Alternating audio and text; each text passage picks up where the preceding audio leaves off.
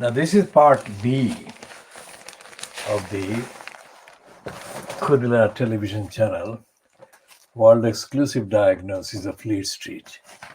Now, what they're running on the Sunday Times, 2-page spread. I should read the details, and they're pages 6 and 7. And the main question is, can Boris Johnson afford to be Prime Minister? And they've said on page 1, as a kind of trailer to that piece, is Boris Johnson too poor to be Prime Minister? So, what they're saying is that Boris Johnson hasn't got enough money. And he's saying, according to this report, which has been tweeted about in the last 12 hours, that Johnson has said that he needs an income, supposedly annual income, of at least £300,000.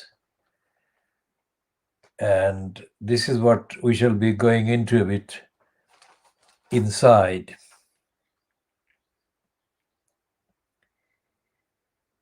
Boris Johnson's opinion poll lead has narrowed before Thursday's local elections as new questions are raised about his finances.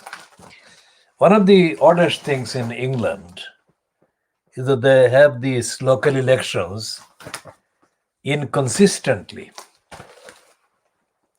Not all the local councils have the local elections on the same date or at the same interval of 4 years. Quite how that came about, that half of the councils, or roughly half of the councils across England, little England, full of gullibles, have their elections every 2 years. So, this year is, 2021, it would have been 2020, but 2021, half of the numbers of councils and so on, including London, the Metropolitan London Assembly, and the mayor in London, no matter how corrupt it is. This is being held this year. It should have been held last year. But because of the coronavirus hitting this country in 2020, the elections have been delayed until now, this month. And so the other half will be held 2 years from now, I suppose. And it will take some time, some years, before they adjust to a kind of previous pre-COVID-19 frequencies. Whatever the technical reasons, bureaucratic reasons, none of the papers, none of the Sunday papers, and all of them, the Mail on Sunday and the Come on Sunday and the Sunday Times, they're all supporters of the Conservatives.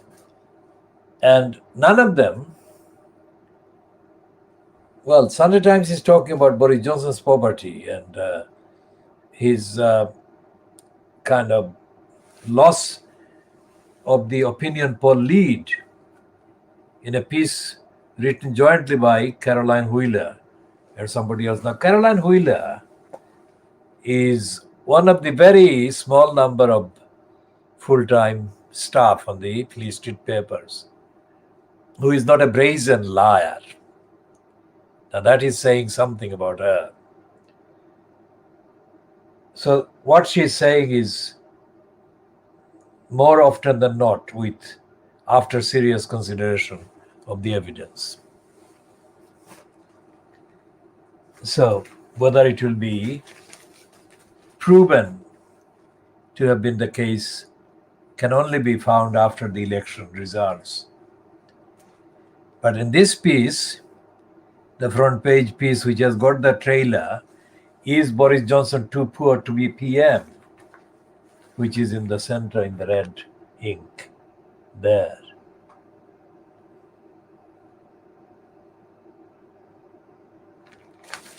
And what they're saying in there, in the front page main,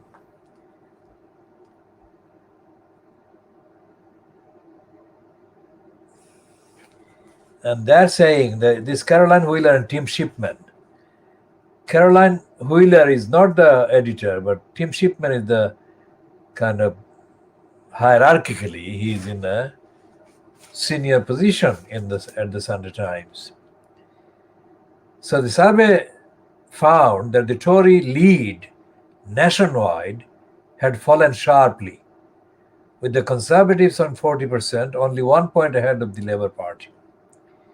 Johnson's grip on the red wall seats that propelled him to power in December 2019 also appears to be loosening. That is what they are saying.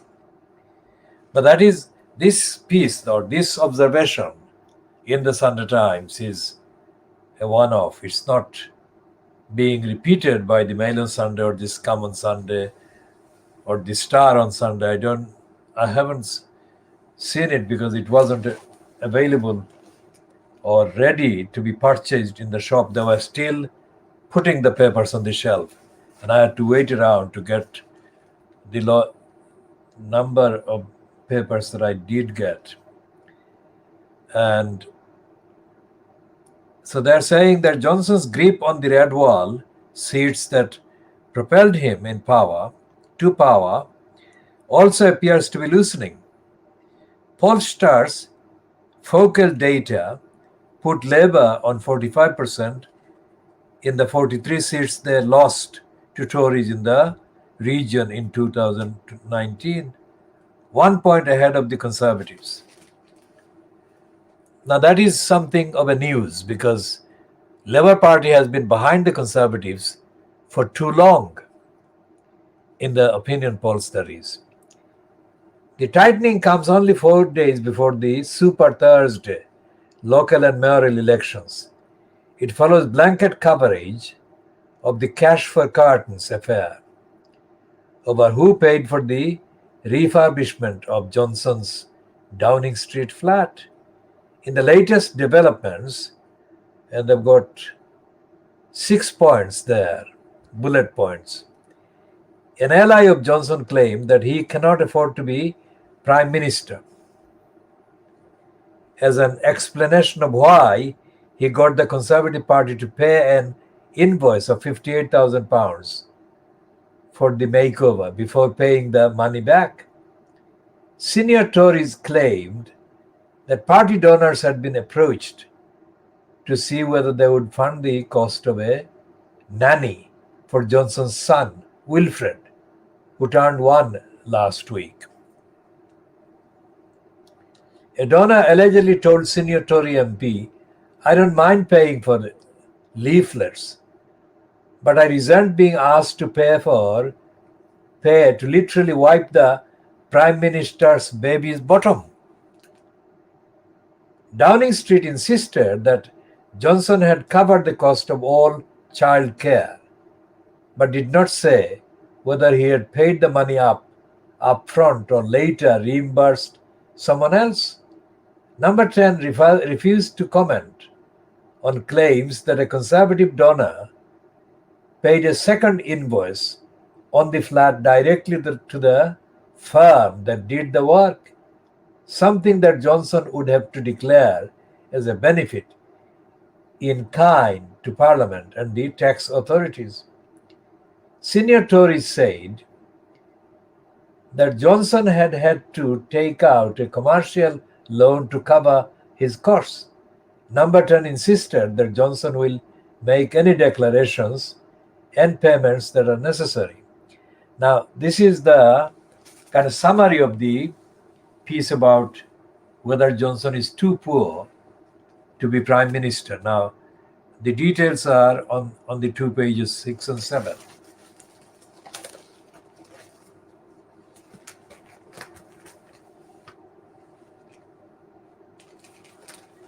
So this is the headline on the page 6, which covers the 2-page spread, which says that can Boris Johnson afford to be Prime Minister? And he and Kerry are being portrayed as skint. That is a colloquial word for those who are watching this from outside of the UK and in Africa and Asia. There is a disclaimer coming now. Our campaign doesn't make any requests for friends, and we don't accept friends' requests. And we have been receiving commercially interested kind of communications pointing out to us that we haven't got any viewers. The idea behind that kind of communication to us being, we reasonably suspect that we should kind of pay for advice on how to get more friends and followers. We have a policy of not wanting friends and not wanting to be friends. This channel or this broadcast is for the record. It is not, that record is not dependent on any number of friends or followers. We don't need followers and we don't need viewers. Think about that. This is something that is totally opposite what Facebook and other platforms, social media platforms do. We are defying the trend, and we are saying that we are quite able to broadcast the content, the substance, without the broadcast being conditional on numbers of people following us or watching us. What we broadcast and what we say is our work, original, world-exclusive work. It's not dependent on somebody else's following us or giving us a tip. We don't need tips. We are doing the original work from A to Z every day, every time. And it's original, world-exclusive, and it's protected by all the authoring and copyrights that are currently in place. The substance of what we say is what we intend to say. It's not some endorsement from somebody. No endorsement. We don't need any endorsement. And we don't depend on any endorsement. And we don't need friends, because these are facile words, friends. I mean, social media friends are not genuine commitments on principles and values and integrity and all the rest of it. And there is no morality, there is no ethics in friends on the social media.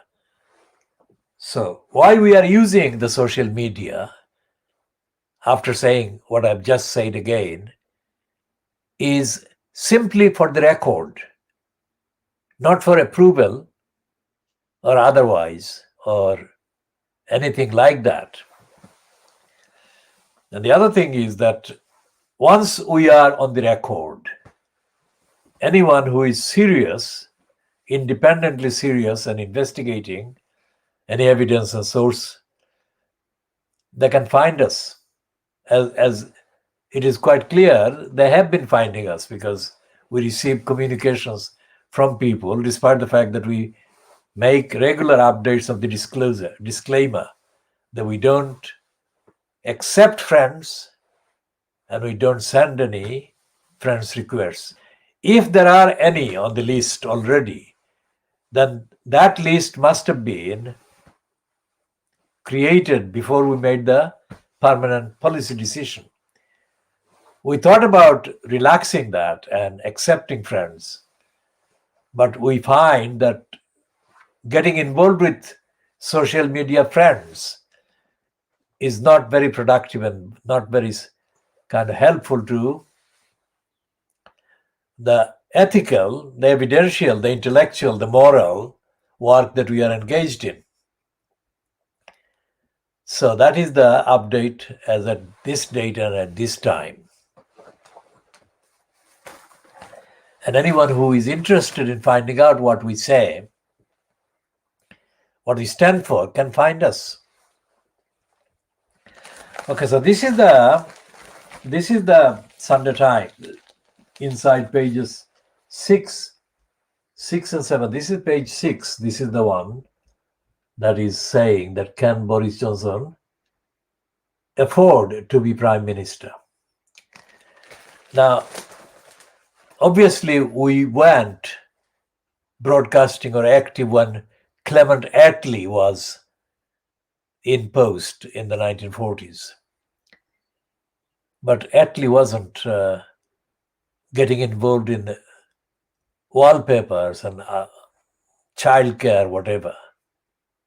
Nor did any of the other kind of married occupants of number 10 Downing Street or number 10 and 11 Downing Street.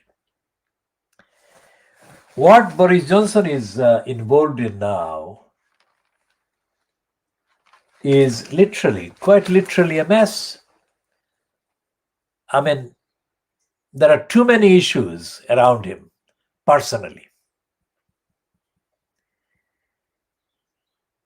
Now, when this payment to him of £250,000 a year by the owners of the Daily Borisgraph became news,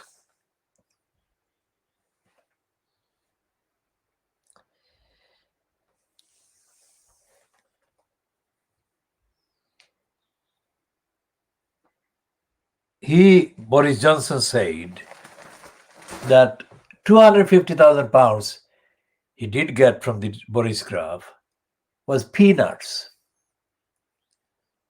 Now, this is very important because in the current prices, as they say in economic terms, in the £250,000 is considerable amount of money for an individual and has been for a very long time. Even £100,000 is a lot of money for most people. Even £50,000 is still a great deal of money for lots and lots of people in Britain. £25,000 is a lot of money. £20,000 is considerable amount of money for a lot of people. So if he needs £300,000 a year, then the question arises, what for? What is he doing?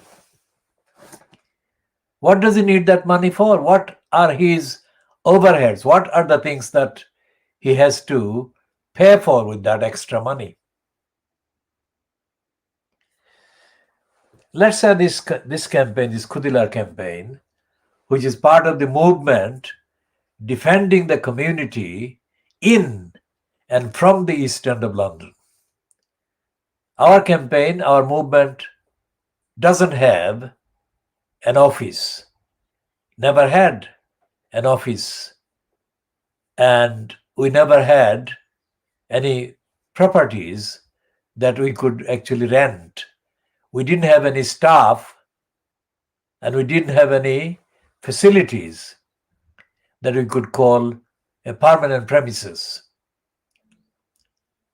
The very reason why it is a movement defending the community in and from the East End of London is linked with the fact that we don't have any income for this movement given to us by any donor or anybody. Think about this. So what do we produce? We have been producing for decades, every single week, if not every single day, because some of the days we are involuntarily required to discontinue some of the work. So we resume after 2 or 3 days, depending on the duration of the particular interruptions. So, for a very long time, that includes time before Boris Johnson was even born, our movement has been conducting work that is substantial in the objective definition of the word substantial. Say, for example, whatever Dominic Cummings has been paid to do, and whatever his aides, as is featured in the kind of days, Mail on Sunday, his aide is writing a book, a bong buster as they call it. We haven't had any paid or unpaid workers for the movement. And yet we have produced, as I said, with that exception of interruptions, unintended interruptions, very short unintended interruptions caused involuntarily by other factors intervening. We have produced the equivalent work that could only be produced in normal kind of measurement, cost, time, and motion study criteria, if you like, applied by a team of people at least exceeding 10. That is what we observe as being the minimum necessary human resource that is required to produce the kind of work and output that we have been producing regularly. Think about that. And we have not asked for any donation, any loan.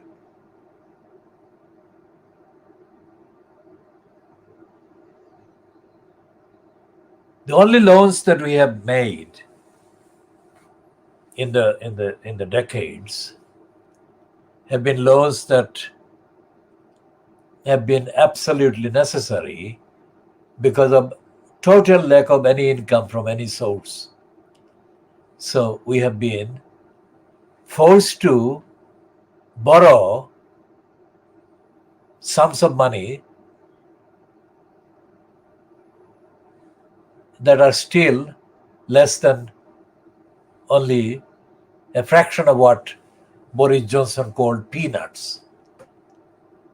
The 250,000 pounds that he got paid to sell his soul to the owners of the Daily Telegraph, which we call the Daily Boris Graph. Because of that, Boris Graph should be read in our definition as a corrupt word, not a plaudit, not a praise, not a commendation. And what has happened, if we look at the costs that Boris Johnson is citing for his work, what is he doing? He has got the whole of the UK government civil service at his disposal. He has got publicly paid for transport, whatever the vehicles he uses. He has got the publicly paid for security. And he has got lots of other parks that are not listed anywhere, but they cover most of his work costs. and demands, and insurance, and all the other security things. So if we compare Boris Johnson's actual engagement in terms of his work, the only thing that is involved is his availability to communicate with people that are doing the work. There are researchers, there are researchers, and there are researchers, there are communicators, there are advisors, there are hundreds and hundreds and hundreds of people. Think about that. And every time we make a comment like this particular diagnosis, it is coming without any help behind or somewhere else. Not even two people, not even another person. So this is absolutely the consistent continuation of the work that we are doing morally, ethically, intellectually, and transparently. Look behind me and you see lights. That's it. There is no decoration. Because decoration would cost money. And the belief we base this campaign on is that that is not substance. So we don't need that. If we can't have the money, which we haven't, to spend hundreds of pounds in the decoration behind, we can stick to the substance. And the substance is what I'm saying here. Original, world exclusive diagnosis. And that includes the politics, the formal politics, the informal politics, the hidden agenda, and the open agenda, and the implications. And we are not just looking at Britain and Boris Johnson. We're looking at the rest of the world. We are aware of what is going on in the USA, aware of what is going on in the continents of Asia and Africa, and in Australia. That is an active engagement, intellectually, evidentially, factually. Now, is there a comparable unit anywhere in the UK that is doing what we are doing? The answer must be no. Why? Because the man at the top of the current UK government is confessing that he hasn't got enough money and he needs at least £300,000 to get on. So there is no way that there could be anything like what we are presenting. So if you are watching, you must be, of course, one of the very few people having access, because we discourage friends and followers. And you are watching something very much bigger than what this appears to be physically. It's a unique contribution, and the uniqueness starts with the fact that we are presenting and providing and serving something, delivering something that Boris Johnson cannot afford to deliver. How is that true? Because Johnson does not answer questions. And he does not answer questions, not just one-off. He simply does not answer questions. That is one of the reasons why people who have had dealings with him have the idea that this one has got something to hide, which he has. This £300,000, he hasn't explained why he needs £300,000. For example, the Sunday papers cost about 20. When I say Sunday papers, I mean the Fleet Street ones. Cost about 20 pounds, 19 pounds, 20 pounds, let's say. And if we include the ones from Scotland and ones from Northern Ireland and Wales, it would be like another 10 pounds or another 12 pounds or 15 pounds or 35 pounds Sunday papers.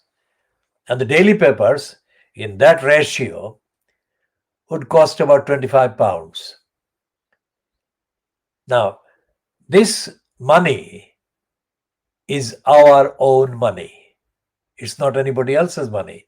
So it's being given away to create this service for the world. Wherever they are watching this, will be watching this, accessing this. And we have diagnosed yesterday's papers, for example, about India and the Indian tsunami, COVID-19 tsunami. And we have diagnosed part of the piece written by a man called Guha. He lives in Bangalore, and his piece actually in the Financial Times, the weekend Financial Times, refers to Muslims only twice. Now, notice what I'm saying. We are an objective organization, and this is an objective analytical campaigning presentation. This is not part of any party, political party or grouping or doctrinaire kind of outfit. The fact that we refer to Muslims is because Muslims are at the center of the contention on so many things about the world generally. Look at Trump. He became president by exploiting hatred against Muslims. So it's not something we created. It was created by somebody who then went on to occupy the office of President of the USA. In the context of the epidemic, which has been called by an Indian writer, somebody called Dillon, as a tsunami, COVID-19 tsunami in India, we have to examine the sequences, causes that came to cause this tsunami. And in tracing back to the time when Narendra Modi spent the equivalents of billions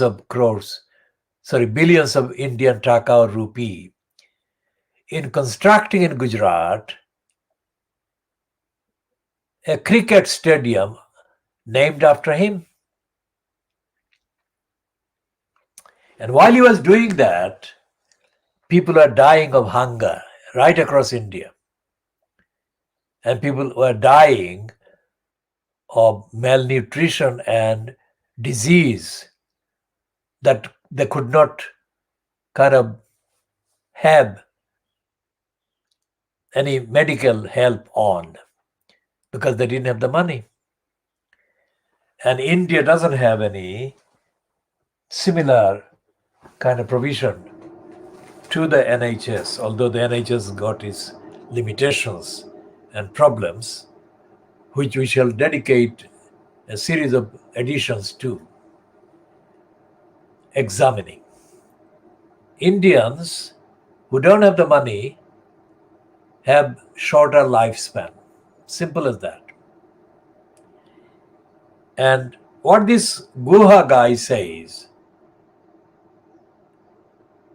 citing that stadium naming after himself, Modi proved that he was an egotist. But Modi is not only an egotist, he is a populist, and also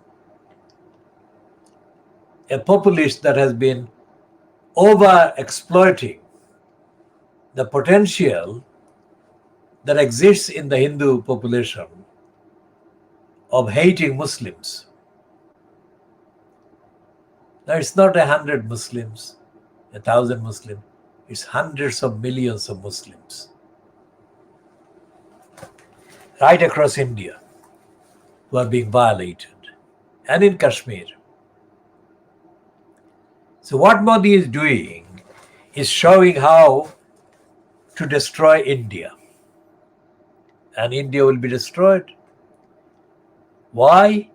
Because the pent-up resentment that everyone is in denial of, that Muslims are feeling, will express itself in discontent that will engulf the whole of India. Now that is something the BJP have not understood. They think that sheer numbers, because Hindus are numerically in the majority, but the numbers won't protect them. If the majority are affected by discontent and rioting, widespread violence right across the country, then the victims of those events will not be saved by the numbers in terms of ethnicity, in terms of the caste or whatever. The whole country will go up in flames of resentment and rioting. Now that's what they are cooking up. That's what Modi and the BJP and the Shiv Sena and the RSS, all these fascist outfits, they're cooking that. And it will explode. They're cooking hatred, cooking up hatred and resentment and discrimination and sense of disenfranchisement. So Muslims, and then the people who are called the untouchables, the Dalits, the people of the lowest castes in the Hindu kind of hierarchy. So India is going to explode in a way that any intelligent observation of the last 74 years should have made quite clear. And Modi is at the point where an explosion is very likely, a flare-up will really happen and it will get worse for everyone. So no friend of India, no friend of society, no friend of humanity in India would want that. And all warnings are being ignored by Modi and his fascist crew. And the people in the West, so-called kind of democracies, are lying because they too are hostile to Muslims. They don't want Muslims to have any place in the world. That is what is happening. And by doing that, they are actually creating the opposite. They are storing up resentment right across the world. And the resentment is happening in Palestine, in India, and in other parts of the world where Muslims are being systematically deprived. In China as well, in Uyghurs, tip of the iceberg. There are other Muslim areas, apart from the Uyghurs, that the Chinese have been suppressing. And you go to Russia, what remains of Russia, and the Muslims are being denied. So this is not just in India. There is a consensus among non-Muslim states that Muslims should be denied. That is the wrong thing logically. And that is the wrong thing from the perspective of a peaceful future. And the United Nations is failing.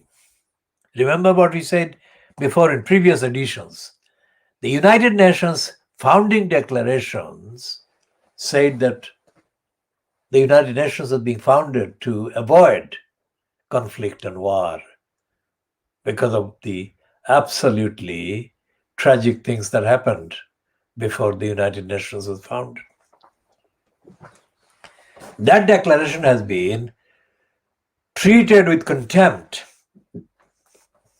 Remember, this is the world exclusive diagnosis, so don't forget what you are getting. You are not going to get this from any of these schools, various kind of highfalutin, very kind of schools of law and ethics and whatever in the universities. They are not doing it. They are not saying what you are hearing this program deliver. The current Secretary General at the United Nations is a former Portuguese politician and is a pathetic, self-seeking egotist who is completely unfit for the job that needs to be done by the United Nations. And the rest of the United Nations agencies, because the Secretary General is so bad, the agencies are failing as well. So come back to the United Kingdom and look at the position after Brexit. They are disengaging from international relationships. And that is bad news for Britain. That is bad news for Europe as well.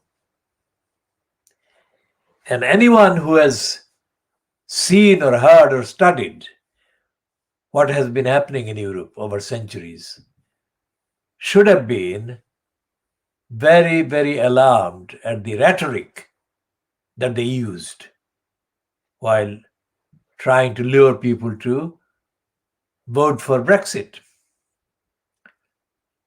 The rhetoric was nothing to do with the short-term kind of interests that bureaucracies cause. The rhetoric was warlike, as if the Brexiteers were missing a war and they wanted a war. And Boris Johnson is the one that sold his soul to the Brexiteer warmongers so that he could get in the post at number 10 Downing Street. Far from being a patriot, Boris Johnson is unfit for the task. What Britain needs is a society, a fair society, a just society, with an accountable government, accountable parliament, and accountable actual democracy, backed by a really fair judicial system, which doesn't exist. So, where does Boris Johnson think he spends his money? What does he need the 300,000 pounds for? Let's see what the long piece in the Sunday Times says.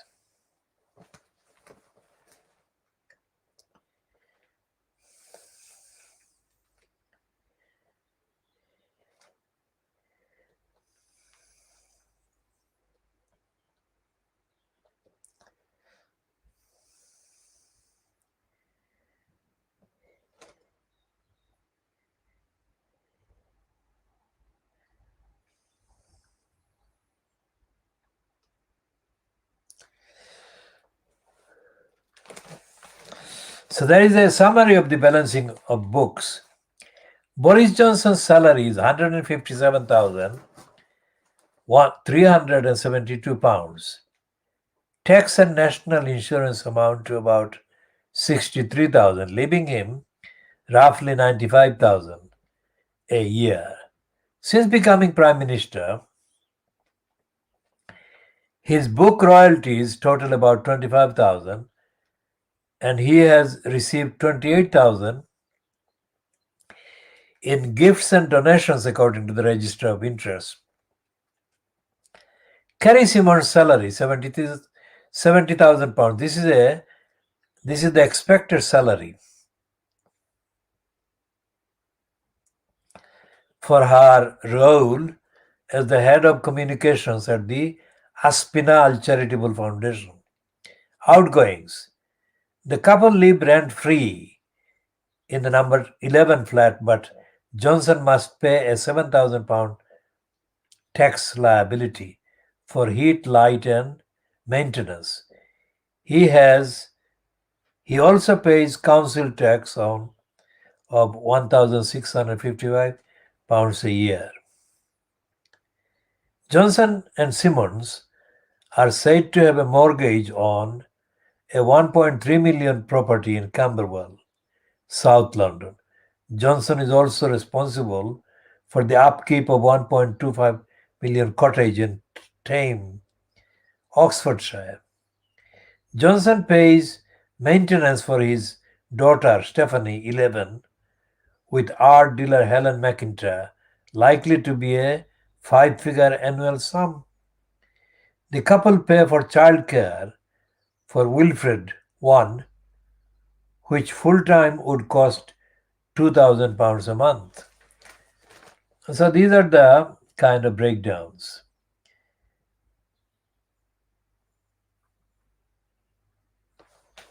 And we are not reading every single word. What we are doing is reading selectively to demonstrate the main picture. The problem is Johnson's secrecy with senior aides who might challenge him. 3 senior conservatives, say Rosenfield, who was brought in to steady the ship after Cummings's departure, is voicing doubts about how long he will remain in number 10. The affair has led to a bunker mentality and swirling suspicion in number 10. Senior officials are concerned leaks have emerged from Johnson's private office. Now, last night, Downing Street denied a claim that Johnson lost his temper last week and threw books at his desk. Top of the list of concerns are reports that Johnson ranted last autumn, that is a rant like being angry, last autumn that he would never bring in a third lockdown even if the bodies piled high in their thousands. In the Commons last week, the Prime Minister denied that he had used those words. He didn't deny that he meant to say the same thing. Allies are peddling a different version of events, which Johnson is understood to have recounted to aides last week, in which Cummings was the one who yelled at him, "If you do that, the bodies will pile up in their thousands." Johnson then replied, "So be it." So it's not denied, it's really a different form of words, but the substance is the same, the content is the same, the facts are the same. Others who heard the rant insist Johnson used the words. In this atmosphere of suspicion, Simon Case, the cabinet secretary, has been tasked with ascertaining the facts about the refurbishment. In both financial and political terms, the cost could be high for Johnson.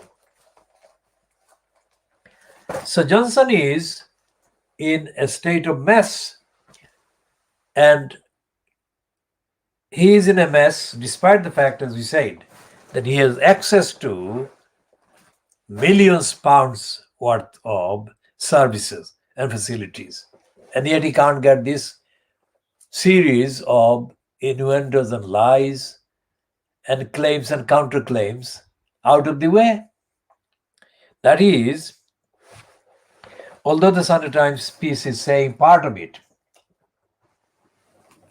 that Johnson's secrecy with his senior staff, it's not just Johnson's secrecy, Johnson's corruption and dishonesty. That's it, the problem. That is the problem. And the superficial apparent costs of mortgage, etc., are not the real issues. The real issue is that Johnson himself is deeply troubled, and a very kind of dishonest person is not straight about his plan, and plan is about himself. I mean, all these marriages I mean, too many marriages, too many affairs. These are not incidental kind of events. These are very significant pointers to a very troubled Boris Johnson. Now, as I said, there is no accountability in the parliament. There is no accountability in the media. There is no accountability via the judiciary. So the fantasy image that he created about himself, being another Winston Churchill, needs to be rejected, because Winston Churchill didn't actually represent a competent administrator. And Winston Churchill didn't leave a legacy of accountability by parliament, by government. And Winston Churchill is not a role model at all. We are not going into discussing his multiple trips, begging trips to the USA, begging the US president to join the effort to fight the Germans. Because that was an uncommon, unprecedented kind of situation. This is not that kind of time. And the way that the lockdown has been delayed by Johnson and Cummings shows that they are incompetent, unfit, which we have been covering every time we discuss Johnson and his administration and the media. The media are not helping, because they are not like the Mail on Sunday is